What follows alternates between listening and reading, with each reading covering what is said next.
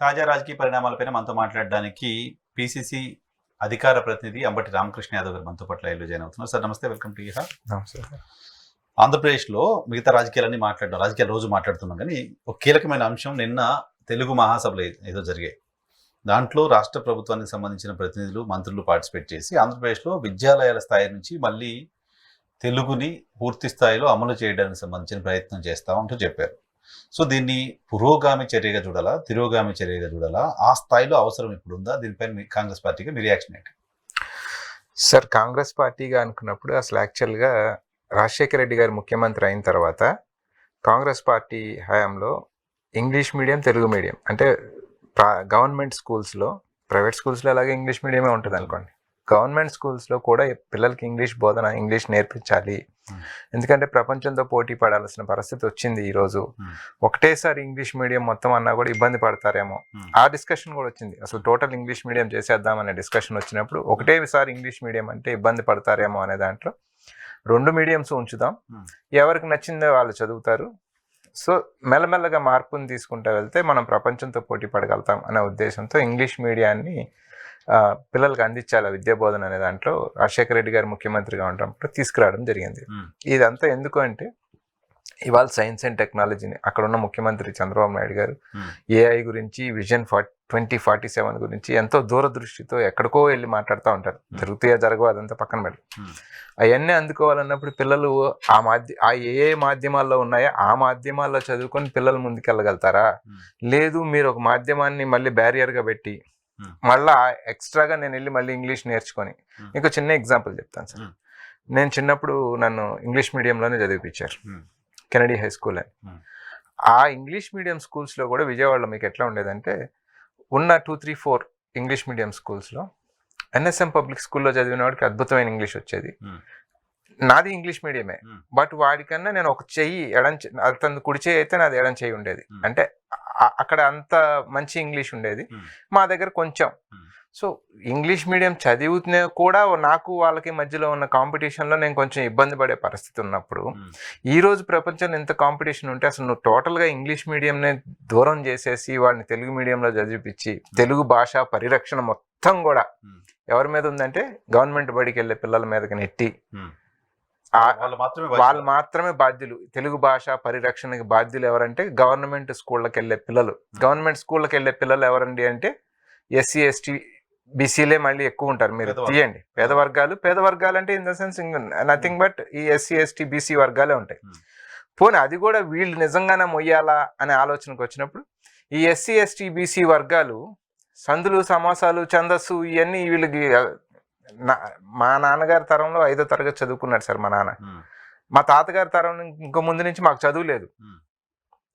ఆ పాఠ్య పుస్తకాల సైడు, ఆ విద్యా సైడ్కి రానిలా, ఇంట్రెస్ట్ లేకపోవడం కాదు, రానిలా. కొన్ని వర్గాలు ఎడ్యుకేషన్ని రిజర్వ్ చేసి పెట్టుకున్నాయి. ఇవాళ ఎడ్యుకేషన్ని రిజర్వ్ పెట్టుకున్న వర్గాలు దాన్ని పక్కకి నెట్టేసి వాళ్ళు ఇంగ్లీష్ మీడియం చదువుకొని వాళ్ళ పిల్లల మొత్తాన్ని ఈ ఇంగ్లీష్ మీడియం వద్దు, తెలుగు మీడియం పరిరక్షించాలి అని మాట్లాడే ఎవరినైనా సరే, ఇంట్లో తెలుగు న్యూస్ పేపర్ వస్తుందా, వాళ్ళ కుటుంబ సభ్యులు తెలుగు న్యూస్ పేపర్ చదివే పరిస్థితి ఉందా, తెలుగు అక్షరాలను కనీసం గుర్తుపడతారా? సమాధానం గుండెల మీద చేసి చెప్పండి. ఖచ్చితంగా నా భాష పరిరక్షించబడాలి, తల్లి భాష, నా రాష్ట్రం, అభిమానం అవన్నీ ఉంటాయి. కానీ నేనైతే ఓపెన్గా కోరుతున్నా కూడా ఈ ట్రాప్లో బీసీ, ఎస్సీ, ఎస్టీలు మీరు పడద్దు అని కోరుతున్నా. మనం గనక ఈ ట్రాప్లో పడ్డాము అంటే ప్రపంచంలో ఏదైతే కాంపిటీషన్ ఉందో దాన్ని ఎదుర్కోవడానికి ఇబ్బంది పడతాము. ఈరోజు ఐఐటీలు, ఐఐఎంల్లో కూడా బీసీ, ఎస్సీ, ఎస్టీ పిల్లలు చాలా ఒకడార జాయిన్ అయినా కూడా చాలా ఆత్మహత్యలు అక్కడ ఎక్కువ ఉన్నాయి. ఆత్మన్యూన్యత పిల్లలు వదిలేసి రావటమా, ఆత్మహత్యలు చేసుకొని చనిపోవటమా, మీరు ఆ డేటా, ఆ స్టాటిస్టిక్స్ కూడా చూస్తే ఈ పిల్లలే ఉన్నారు. ఎందుకంటే ఆ కాంపిటేటివ్ దీంట్లో వీళ్ళకి ఫెసిలిటీస్ లేవు, కానీ ఏదో నానా కష్టాలు పడి చదువుకొని వెళ్తే వాడికి అక్కడికి వెళ్ళాక ఆ భాష రాదు, ఈ ఇబ్బందులన్నీ పడే పరిస్థితి ఉంది. కాబట్టి ఇది ఎందుకు ప్రభుత్వం ఆలోచన చేస్తుంది? తెలుగు భాష ప్రమాదంలో పడింది అని ప్రభుత్వం చెప్తుంది. నెక్స్ట్ జనరేషన్ ఎవరు మాట్లాడడం కాదు, చీఫ్ జస్టిస్ గా పనిచేసిన రమణ గారు మాట్లాడుతున్నారు, ఇంకెవరో పెద్ద పెద్ద మనుషులు మాట్లాడుతున్నారు. ఇది ప్రభుత్వ రూపంలో కొన్ని వర్గాల వారు మాట్లాడిస్తున్నారు సార్. నేను ప్రభుత్వంని ముందు పెట్టి ప్రభుత్వం రూపంలో కొన్ని వర్గాల వాళ్ళు మాట్లాడిస్తున్నారు. ఎందుకంటే ఈరోజు ఎప్పుడైతే కాంగ్రెస్ పార్టీ ఫీజు రీఎంబర్స్మెంట్ లాంటి స్కీములు తీసుకొచ్చి అందరి పిల్లలు చదువుకోవాలి, అందరి పిల్లలు ఇంజనీర్లో, డాక్టర్లో, లాయర్లో ఏదో అవ్వాలి, ముందు వాడి చేతికి విద్య అనేది రావాలి. అట్లే కాంగ్రెస్ పార్టీ ఇంకో ఆలోచన కూడా చేసింది. Agricultural colleges, agricultural polytechnic colleges, అంటే వ్యవసాయాన్ని కూడా మేమేం విస్మరించాలి, టెక్నాలజీతో అనుసంధానం చేసుకుంటూ చెయ్యాలి అనేది ఆ దిశగా మా ప్రయత్నం. ఇప్పుడు వీళ్ళ ఆలోచన ఏంటంటే, ఎప్పుడైతే వీడికి పరిణితి పెరిగి టెక్నాలజీని ప్లస్ లాంగ్వేజ్ని ఇవన్నీ నేర్చుకుంటాడో అవతల వాడి దగ్గర చెప్తే వినే పరిస్థితి వీడి దగ్గర ఉండదు. ఇప్పుడు 100 ఎకరాలు ఉండే వాళ్ళ దగ్గర కౌలు చేయటానికో, 100 ఎకరాలు ఉండే వాళ్ళ దగ్గర కూలి పని చేయటానికో, లేకపోతే వాడి బర్రెలో వాడి గొర్రెలో మేపటానికో, కొత్తగా మనకి ఏది పౌల్ట్రీస్ కానీ లేకపోతే డైరీస్ కానీ అంత కార్పొరేట్ ఫార్మింగ్ వచ్చేసింది. పెద్ద పెద్ద షెడ్లు వేసి ఇదంతా వచ్చింది. అక్కడ కూలి చేయడానికి ఎవరు కావాలి? మనుషులు కావాలి. ఆ మనుషులు కావాలి అన్నప్పుడు వీళ్ళు కూడా చదువుకొని వెళ్ళి, వీడు కూడా అమెరికా, ఇంగ్లాండ్ వెళ్ళి కూర్చుంటే ఇక్కడ కూలి చేసేవాడు ఎవడు? సో వాడికి ఏదో బ్యారియర్ పెట్టాలి, పెట్టి వాడితో కూలి చేయించుకోవాలి. ఈయన 100 ఎకరాలు సాగుబడి కావాలి, ఈయనకు ఆదాయం రావాలి అనే ఆ కుట్ర కోణమే కనపడుతుంది తప్ప, నిజంగా కనుక మీరు మంచి ఉద్దేశం ఉంటే టెక్నాలజీతో ఈ పిల్లల్ని అనుసంధానం చేసి చదివిపించండి. మొన్న ఒక వ్యవసాయ యూనివర్సిటీ మొన్న జూబ్లీ ఫంక్షన్లో రఘువీరారెడ్డి గారితో పాటు వెళ్ళటం జరిగింది సార్. అద్భుతమైన మాట చెప్పాడు ఆయన. టెక్నాలజీని ఉపయోగించుకొని బాగా చదువుకొని వ్యవసాయం చేయండి, చదువుకున్న యువత వచ్చి వ్యవసాయం చేయాలి అని చెప్పాడు. సో దట్ మీ ఈల్డ్ పెరుగుతుంది. మీ ఈల్డ్ పెరిగినప్పుడు మీ బ్యాలెన్స్ షీట్లో మీకు ప్రాఫిట్ కనపడుతుంది. ఈ కాంపిటేటివ్ వరల్డ్లో మీకు ప్రాఫిట్ కనపడకపోతే వ్యవసాయాన్ని వదిలేసే పరిస్థితి ఉంది. సో మంచిగా చదువుకోండి, దాన్ని మీరు ఆ ప్రొడక్టివిటీని పెంచడానికి ఉపయోగపడేటట్టు ఉండండి అని. అంటే ఒక పాజిటివ్ యాటిట్యూడ్, అంటే కష్టం తెలిసిన మనిషి కాబట్టి ఆ యాటిట్యూడ్ ఉంది. ఇక్కడ అంతా పెత్తందారీ వ్యవస్థ కాబట్టి, దొరతనం కాబట్టి, ఇక్కడ వాడికి ఆ ఫలాలను అందించకుండా వాడిని ఆదిలోనే అడ్డం కొట్టేస్తే మనం. కానీ మాతృభాషలో చదవడం ద్వారా, మాతృభాషలో తెలుసుకోవడం ద్వారా విషయాన్ని ఎక్కువగా పరిణతి ఉంటుంది, బ్రెయిన్కి ఎక్కువ ఎక్కుతుంది, అది వాడు అర్థం చేసుకోగలుగుతాడు. వేరే లాంగ్వేజ్ నేర్చుకుంటే ఆ ఏజ్లో, పర్టికులర్గా ప్రైమరీ ఏజ్లో వేరే భాషలో నేర్చుకోవాలంటే వాడికి పూర్తిగా అది అర్థమయ్యే పరిస్థితి ఉండదు అనేది కొంతమంది చెప్తున్న లాజిక్. అంటే అది ప్రైవేట్ స్కూల్స్ మాత్రం, గవర్నమెంట్ స్కూల్స్ మాత్రం వెళ్ళే పిల్లలు మాత్రమేనా? Private schools sir? అంటే వయసు వాడు 4 ఏళ్ళకి బడికి వెళ్తాడు, వీడు 4 ఏళ్ళకి బడికి వెళ్తాడు. వీడికి ఏమైనా 2 ప్రైవేట్ స్కూల్కి ఇంగ్లీష్ మీడియంలో చదివేవాడికి వీడికి ఏమైనా 2 మెదళ్ళు, వీడికి ఏమైనా 1 మెదడే ఉంటుందా? ఇద్దరిది 2 మెదళ్ళే ఉంటాయి కదా. మీరు అదే నిజం అనుకున్నప్పుడు నమ్మితే సరే, సైంటిఫిక్గా మీ దగ్గర ఎక్కువ ఇది ఉండి మీరు అదే నిజం అని నమ్మితే 5th క్లాస్ వరకు any school, let it be private స్కూలా, గవర్నమెంట్ స్కూలా, ఏ స్కూల్ అయినా సరే ఆంధ్రప్రదేశ్ రాష్ట్రంలో 5వ తరగతి వరకు తెలుగు మీడియంలోనే బోధన చేస్తాం. సమానత్వం, ఈక్వాలిటీ అనేది ఉండాలి కదా సార్. ప్రైవేట్ స్కూల్ వెళ్ళేవాడు మాత్రం ఏ ఫర్ యాపిల్ అని చదవాలి, వీడేమో ఇక్కడికి వెళ్ళేవాడు అంటే అమ్మ అని చదువుకోవాలి. వీడికి అట్లయితేనే అర్థమైంది. అంటే ఇది ఇంకొక రకంగా బీసీ ఎస్సీ ఎస్టీలని డీగ్రేడ్ చేసి వాళ్ళని చిన్న చూపు చూస్తున్నారేమో అంట నేను. అంటే మీరు బీసీఎస్సీ ఎస్టీలు మొత్తం ప్రభుత్వ పాఠశాలకు వస్తున్నారు, మీకు ఇప్పటి నుంచే ఇంగ్లీష్ చెప్తే మీకు అర్థం చేసుకునే తెలివితేటలు లేవు. కాబట్టి మా పిల్లలైతే మేము 3 తరాల 4 తరాల నుంచి చదువుతున్నాం. ఇంకా కొన్ని వర్గాలు అయితే తరతరాలుగా విద్య మా చేతిలోనే ఉంది కాబట్టి మేము అర్థం చేసుకోగలుగుతాం. బీసీఎస్సీ ఎస్టీలు మీరు అర్థం చేసుకోలేరు కాబట్టి మీరు తెలుగులో చదవండి అని వాళ్ళని ఈ రకంగా కూడా అవమానిస్తున్నారా అనేది నాకు అర్థమైన అంశం. అదర్వైజ్ మీ ఈక్వాలిటీ కోసం మొత్తం తెలుగు మీడియం చేయండి. అసలు తెలుగు యాజ్ సబ్జెక్ట్ ఉంటుంది కదా సార్. ఇప్పుడు ఇంగ్లీష్ మీడియం స్కూల్లో అయినా తెలుగు యాజ్ సబ్జెక్ట్ ఉంటుంది, తెలుగు మీడియం స్కూల్లో అయినా తెలుగు యాజ్ సబ్జెక్ట్ ఉంటుంది. తెలుగు యాజ్ సబ్జెక్టు నీకు డీపర్ నాలెడ్జ్, నాకు దాంట్లోనే లిటరేచర్ చేయాలి అని అనుకున్నాను అనుకోండి, నేను ఇంటర్మీడియట్లో తెలుగు తీసుకుంటా, బిఏ హాన్స్ తీసుకొని దాంట్లో తెలుగు సబ్జెక్ట్ చదువుకుంటా, నేను అదే చేస్తా కదా. అదే కదా, వాళ్ళ ఇంట్రెస్ట్ ఉంటే దాని మీద వెళ్ళిపోతా.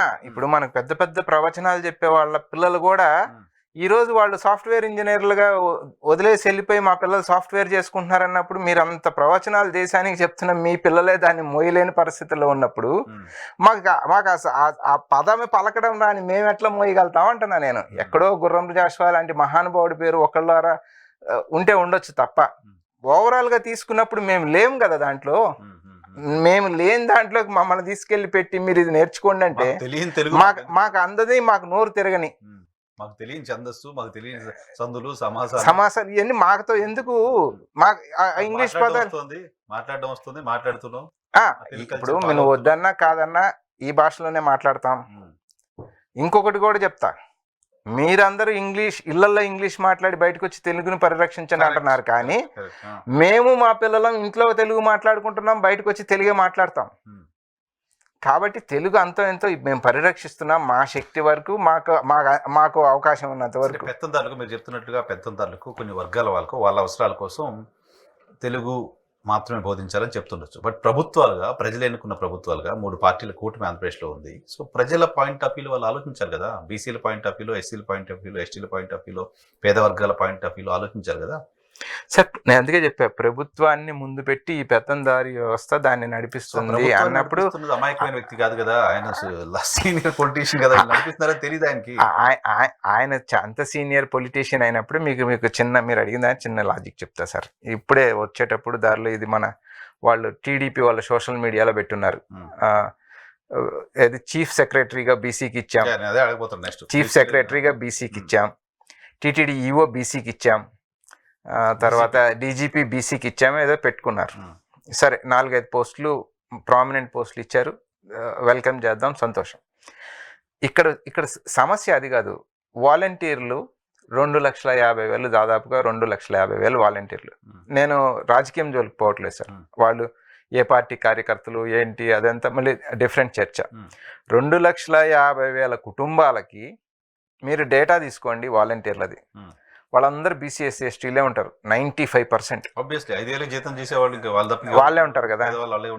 మరి నువ్వు ఉద్ధరణ జరగాలి అన్నప్పుడు, నీకు అర్థం కావాలి అన్నప్పుడు, సమస్య తెలుసుంటే నువ్వు వాళ్ళని తీసేయవు కదా. అంటే ప్రభుత్వ పెద్ద కూడా బీసీని ఏది ముఖస్థుతి కోసం 4-5 చూపించుకొని వాళ్ళ ఓటు గ్రాప్ చేసుకునే ఆలోచనలో ఉన్న తలకాయే తప్ప, వాళ్ళని ఎండ్ ఆఫ్ ద డే కూలి పనికి 5,000 కూడా దక్కకుండా పొలాల్లో కూలికి వెళ్ళాలనే ఆలోచనే ఉంది తప్ప, అది కూడా ఈ బీసీలతోనే చేపిస్తారు. ఆ పొలాల్లోకే వీళ్ళు వెళ్ళి కూలి చేయాలి, వీడు మళ్ళీ 5,000 అందుకొని స్టేపండ్ కింద మళ్ళీ ఏ డిగ్రీ డిస్టెన్స్ ఎడ్యుకేషనో లేకపోతే చిన్న కోర్సో చదువుకుంటే ఇబ్బంది పడతాడు. ఇది వీళ్ళకి కూలికి ఇబ్బంది కదా. అందుకని అది కూడా దూరం చేసే పరిస్థితి ఉన్నప్పుడు వీడు ఇంగ్లీష్ మీడియం చదవాలని ఎందుకు అనుకుంటారు సార్ వాళ్ళు? సో వీడు ఇంగ్లీష్ మీడియం చదవకూడదు, వీడు పోనీ ఎంత స్టేపండ్ ఎంతో కొంత వస్తే దాన్ని ఆధారంగా డిస్టెన్స్ ఎడ్యుకేషనో లేకపోతే ఏదో చిన్న కంప్యూటర్ కోర్సో చేసుకొని జీవనం సాగించకూడదు. ఖచ్చితంగా మా కమతాల్లో మీరు కూలీలుగా రావాలి, మా పంటలు పండాలి, మా పాడి పరిశ్రమ అభివృద్ధి చెందాలి, మాకు డబ్బులు రావాలి తప్ప బీసీ ఎస్సీ ఎస్టీలు చదువుకొని ఎదిగితే డెఫినెట్గా వీళ్ళకి నష్టం జరుగుద్ది. ఇది బహుశా తెలియక ప్రభుత్వం ఆ దిశగా ఆలోచన చేస్తుందా? ఇంకెవరో ఇన్ఫ్లుయెన్స్ చేస్తున్నారు, వీళ్ళంతా నష్టపోతారు ప్రభుత్వానికి తెలియదు. 5 ఏళ్ళ కాలంలో, గడిచిన 5 ఏళ్ళ కాలంలో టోఫెల్ వీటికి సంబంధించిన కోచింగ్ కూడా ప్రభుత్వ స్కూల్లో ఇస్తామంటూ ఆ ప్రభుత్వం చెప్తూ వచ్చింది. బైలింగ్యువల్ టెక్స్ట్ బుక్స్ ఇచ్చింది, ఇంగ్లీష్ మీడియం అడాప్ట్ చేసుకుంది, పూర్తిగా 100% చేసుకుంటూ వచ్చారు. సో ఇప్పుడు అది మార్చాల్సిన అవసరం ఎందుకు కనపడుతోంది వీళ్ళకి అని? అదే సార్, ఇప్పుడు ఇది ఆ రోజు నుంచే మొదలు పెట్టారు వీళ్ళు. అసలు ఇంగ్లీష్ మీడియం ఏంటి అని ఆ రోజు నుంచే మొదలుపెట్టి గోలగోల. సరే, అప్పుడు అంటే మాట్లాడారంటే వైసీపీ ప్రభుత్వం పేరు వ్యతిరేకతతో వాళ్ళు ఏదో చేశారు కాబట్టి మేము వ్యతిరేకించాలి, ప్రతిపక్షంలో మాట్లాడుండొచ్చు సార్. బట్ ఇప్పుడు ప్రభుత్వంలో ఉన్నారు కదా. ప్రభుత్వంలో ఉండి నేను దగ్గర నుంచి మీద అంతే అంటుంది. ఇప్పుడు కింద స్థాయి నుంచే మీరు ఇంగ్లీష్ నేర్పించుకుంటూ వచ్చారు. టోఫెల్ జిఆర్ఈ లాంటి ఎంట్రన్స్కి ప్రిపేర్ అవడానికి అవకాశాలు కల్పించారు. కాంపిటీషన్ అక్కడ ట్రంప్ లాంటి వాడు ఏం చెప్తున్నాడు, నేను మీసాలు మీకు అన్ని కట్ చేసి నేను టెస్ట్ పెట్టి దాని ప్రకారంగా మా బావ ఉన్నాడు, మా బావమరుదు ఉన్నాడు, నాకు పేపర్స్ పంపించాడు, నేను వెళ్ళిపోయి అమెరికాలో ఉన్నామంటే ఉండే పరిస్థితి లేదు. మీరేమో ఇక్కడ స్కిల్ అంతా బీసీ ఎస్సీ ఎస్టీలకు కూడా నేర్పిస్తా అంటున్నారు. వాడు కూడా వచ్చి ఈ కాంపిటీషన్లో పాల్గొన్నప్పుడు మాకందే తగ్గిపోవా? నా బావ, నా అన్న, మా బావమరిది అంతా అమెరికాలో ఉన్నారు. చాలా 3 తరాల అవతలకి ఆలోచన అది. 3 తరాల అవతలకి ఆలోచన. ఇప్పుడు ఇందులో నుంచి ఈ పిల్లల్లో నుంచి, ఎందుకంటే జనాభా రేషియో ఎక్కువ, వీళ్ళు మోర్ దాన్ 80%. ఈ 80%లో మనం అందించినప్పుడు వీడు 20% టోఫెల్ జిఆర్ఈ కొట్టినా కూడా హ్యూజ్ కాంపిటీషన్ అవుతుందా? సో అక్కడ మనకి గండి పడిపోవట్ల అవకాశాలు. సో మనకి అవకాశాలు గండి పడకుండా ఉండాలంటే వీడిని ఇక్కడే కత్తిరిచ్చేస్తే, వీడి పొలానికి నీళ్ళే రానికుండా చేస్తే పంట ఎండుద్ది కదా. పంట ఎండిన తర్వాత మా పొలానికి నీళ్ళు ఎవరు పెట్టాలి, మా పశువులు ఎవరు కాయాలి? కాబట్టి అందుకని టోఫెల్ జిఆర్ఈ ఆ లెవెల్ నుంచే మీకు వద్దు, ఇంగ్లీష్ మీడియం మీకు ఆ లెవెల్ నుంచే వద్దు.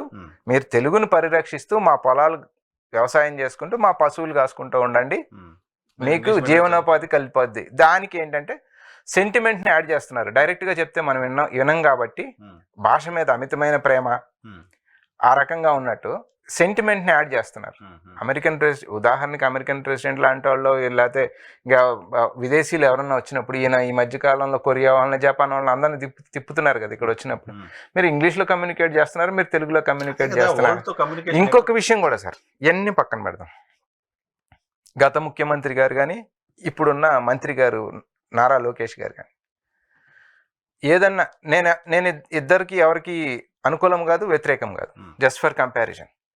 జగన్మోహన్ రెడ్డి గారు మాట్లాడేటప్పుడు ఏదన్నా ఒక పదం తడబడి ఇంగ్లీష్లో మాట్లాడుంటే, అద్భుతంగా నారా లోకేష్ గారు కానీ ఇంగ్లీష్లో మాట్లాడుంటే, మీరే క్లిప్స్ వేసి చూపిస్తున్నారు కదా, జగన్కి ఇంగ్లీష్ రాలేదు, జగన్ బడి చదువుకోలేదు, జగన్కి చదువుకోలేదు, నా కొడుకు అద్భుతంగా ఇంగ్లీష్ చదివాడు, స్టాన్ఫర్డ్ యూనివర్సిటీలో డిగ్రీలు చేసి వచ్చాడు, we are very good at English అని మీరే చెప్తున్నారు కదా. అంటే మీ కొడుకు వెరీ గుడ్ ఎట్ ఇంగ్లీష్, మా పిల్లలు ఇంగ్లీష్లో చదువుకోవద్దని మీరు చెప్తుంటే దాన్ని ఏ లాజిక్ మీరు అప్లై చేస్తున్నారు అనేది కదా. మాది దొరతనం మాది. సో పేదల పైన కుట్ర ఖచ్చితంగా ప్రపంచానికి దూరం చేసే ప్రయత్నం. ఎస్, డెఫినెట్గా. ఎందుకంటే ఆ రోజుల్లో మనుధర్మ శాస్త్రంలోనేమో సముద్రయానాలు చేయొద్దు, సముద్రయానం చేసిన వాడు ఇంక వాడు మొత్తం సమస్తం ఇదైపోతాడు, కోల్పోతాడు అని చెప్పి బ్యారియర్స్ గీశారు. ఈ పాపం మన అమాయక జనం ఏమో వాళ్ళు అట్లే ఉండిపోయారు. మొట్టమొదట అవన్నీ బ్రేక్ చేసుకొని సముద్రయానం చేసింది మళ్ళీ వాళ్ళే, ఎవరైతే రాశారో వాళ్ళే చేశారు, ముందు వెళ్ళి ఆ ఫలాలను అందుకోగలిగారు. సో వాళ్ళు వెళ్ళాలనుకున్నప్పుడు బ్యారియర్ లేదు, మనం కదలాలనుకున్నప్పుడు బ్యారియర్ ఉంది. కాబట్టి నేనేమంటా అంటే అనవసరమైన సెంటిమెంట్లకు పడద్దు. అది ఏ పరిరక్షణ అన్నా కావచ్చు, పరిరక్షణ బాధ్యత మనది కాదు. గతం నుంచి వాళ్లే పరిరక్షణ బాధ్యత అంతా తీసుకున్నారు. ఇప్పుడు దాంతో పని లేదు కాబట్టి మన పైకి ఆ పరిరక్షణ బాధ్యత అప్పచెప్తున్నారు. అది ఏ రకమైన పరిరక్షణకి కస్టోడియన్ గా ఉండేవాడు వాడు చూసుకుంటాడు. We are not the custodians. పైగా నువ్వు ఎవడు ఏ భాష మాట్లాడలేదు, who are you to decide. So ఇది అంతా పేదల పట్ల, ఎస్సీ ఎస్టీ బీసీ చదువుకునే వాళ్ళకి ఆ బుక్స్ కూడా దొరకవు కదా సార్. ఇప్పుడు కాంపిటేటివ్ ఎగ్జామ్స్కి వెళ్ళి సివిల్స్కి వెళ్ళాలి, మీకు తెలుగులో అన్ని బుక్స్ దొరికే పరిస్థితి లేదు కదా సార్. ఇంగ్లీష్లోకి వెళ్ళి ప్రిపేర్ అవ్వాలి, ఇంగ్లీష్ బుక్స్ తీసుకొని చదవాలి, ఇంజనీరింగ్ చదవాలి, తెలుగులో బుక్స్ లేవు. ఇంజనీరింగ్ బుక్స్ అన్ని హిందీలో ఇంగ్లీష్లోనే ఉంటాయి. ఈవెన్ ఇంటర్మీడియట్ డిగ్రీలు కూడా ఇప్పుడు అన్ని ఇంగ్లీష్ మీడియం, మొత్తం ఇంగ్లీష్ మీడియమే సార్. అంటే ప్రాథమికంగానే వీడిని తుంచేస్తే 5th క్లాస్ వరకు లేకపోతే 8th క్లాస్ వరకు వాళ్ళకి తెలుగు మీడియం అప్పచెప్పిన తర్వాత, ఆ తర్వాత వాడికి ఒక్కటేసారి ఇంగ్లీష్ మీడియంలోకి పంపిస్తే వాడు చాలా సఫర్ అవుతాడు. అక్కడ కనీసం ఒక 50% అనే ఫిల్టర్ అయిపోతారు కదా.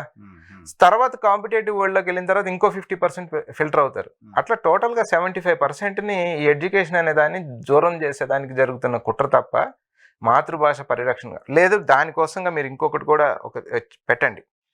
తెలుగు తీసుకుని తెలుగుని అచ్చంగా పరిరక్షించి భాష కోసం ఎవరైతే వాళ్ళ ప్రాణాలు అర్పిస్తున్నారో వాళ్ళకి గ్రేస్ మార్క్స్ ఇవ్వండి.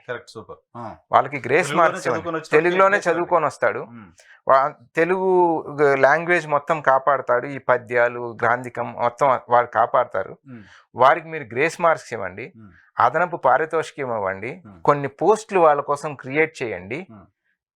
అట్లా ఏదైనా తెలుగును పరిరక్షించే ఒక కార్యక్రమాన్ని చేపట్టండి తప్ప సమాజం ఈరోజు ఏ దోవ నడుస్తుందో ఆ దోవ నుంచి వీళ్ళని కట్ చేసి వీళ్ళందరినీ వేరే దారిలోకి చేద్దామన్నప్పుడు ఇది ఎండ్ ఆఫ్ ద డే ఈ రిసోర్స్ని అందుకోలేక వీళ్ళు ఇబ్బంది పడే పరిస్థితి అయితే ఖచ్చితంగా ఉంటుంది. వైనర్ గారు తెలుగు భాష పైన మాట్లాడి చాలా valid subject, interesting subject. Okay, thank you very much. ఇది అంబటి రామకృష్ణ గారితో స్పెషల్ రియాలిటీ చెక్ రేపటి షోలో మళ్ళీ కలుద్దాం. చూస్తాం.